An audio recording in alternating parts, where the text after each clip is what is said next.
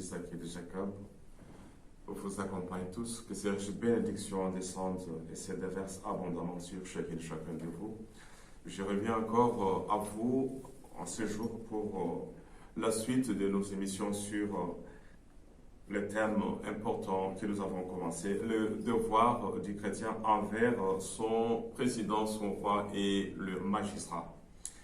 Que la Bible nous parle, que la Bible te parle, que la Bible me parle, que la Bible nous parle tous dans cette émission qui BNP, qui signifie tout simplement que la Bible nous parle. La Bible dit toute parole est inspirée de Dieu et utile pour enseigner. J'essaie d'enseigner parce que c'est très important. La Bible dit, vous connaîtrez la vérité et la vérité vous affranchira. Pour corriger, pour convaincre peut-être ceux qui vont accepter d'être convaincus. Pour corriger ceux qui sont dans l'erreur, instruire ceux qui ne savent pas et ceux qu'ils font. Parce que Jésus disait, Père, pardonne leurs péchés, car ils ne savent pas ce qu'ils font. Mais beaucoup de personnes savent ce qu'ils font, et surtout les chrétiens. Voilà pourquoi je m'adresse personnellement et particulièrement aux chrétiens de la République démocratique du Congo, à tous les chrétiens du monde, à tous les chrétiens de partout. Ce message est pour vous. La Bible nous dit ceci. Je vous ai dit que je vais parler de 5 devoirs du chrétien envers son président, son roi et le magistrat. Le deuxième devoir, les chrétiens doivent aimer leur président, ils doivent aimer leur roi, ils doivent aimer leur magistrat.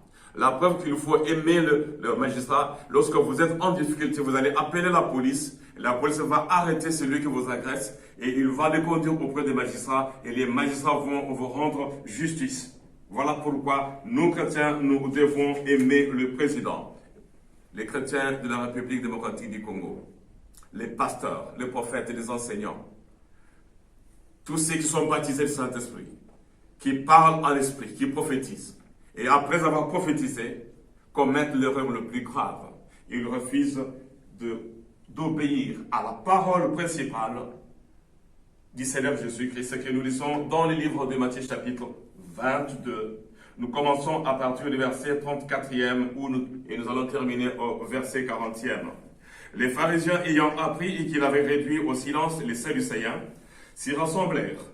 Et l'un des docteurs de la loi lui posa cette question pour le prouver. Maître, quel est le plus grand commandement de la loi? Jésus lui répondit, tu aimeras le Seigneur ton Dieu, de tout ton cœur, de toute ton âme, de toute ta pensée. C'est le premier et le plus grand commandement. Là, c'est le plus grand commandement. C'est la réponse de Jésus à ces docteurs de la loi.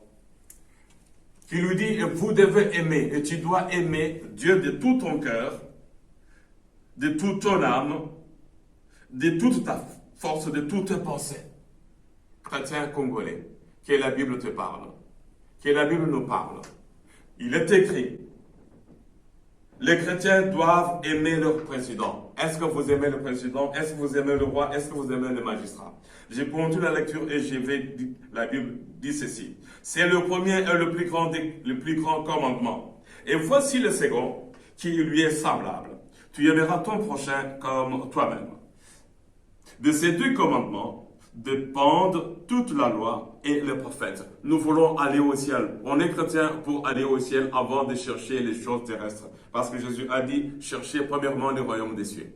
Mais pour aller au ciel, il y a ces commandements de Jésus-Christ, cet enseignement de Jésus-Christ, qui nous dit tous que nous devons aimer le président, aimer le roi, aimer le magistrat.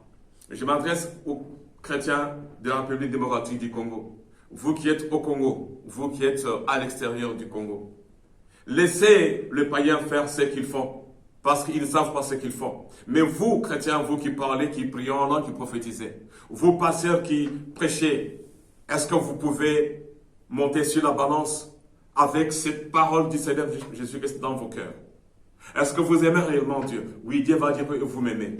Mais si vous aimez Dieu et que vous n'aimez pas le prochain dont il est question ici, le président de la République démocratique du Congo, son Excellence, le président chef d'État, Félix Antoine Tshisekedi Tshilombo, est le prochain et il mérite aussi notre amour. Et si vous, chrétiens, que le païen dise ce qu'il dise, qu'il fasse tout ce qu'il fasse contre lui. Mais quant à vous, chrétiens, quant à nous, chrétiens, c'est devoir, cet enseignement de Jésus-Christ, c'est résumé de tous les 10 commandements que Jésus résume en deux. Aimer Dieu et aimer le prochain. Le président, chef d'État de la République démocratique du Congo, est ces prochains-là que nous devons aimer, que tu dois aimer. Aimer quelqu'un n'est pas l'insulter. L'amour n'insulte pas. L'amour ne calomnie pas. L'amour ne meurt pas. Mais ce que je vais dire aux chrétiens de la République démocratique du Congo, pourquoi vous insultez le président? Pourquoi vous insultez sa maman? Pourquoi vous insultez ses enfants? Qu'est-ce que sa maman a fait?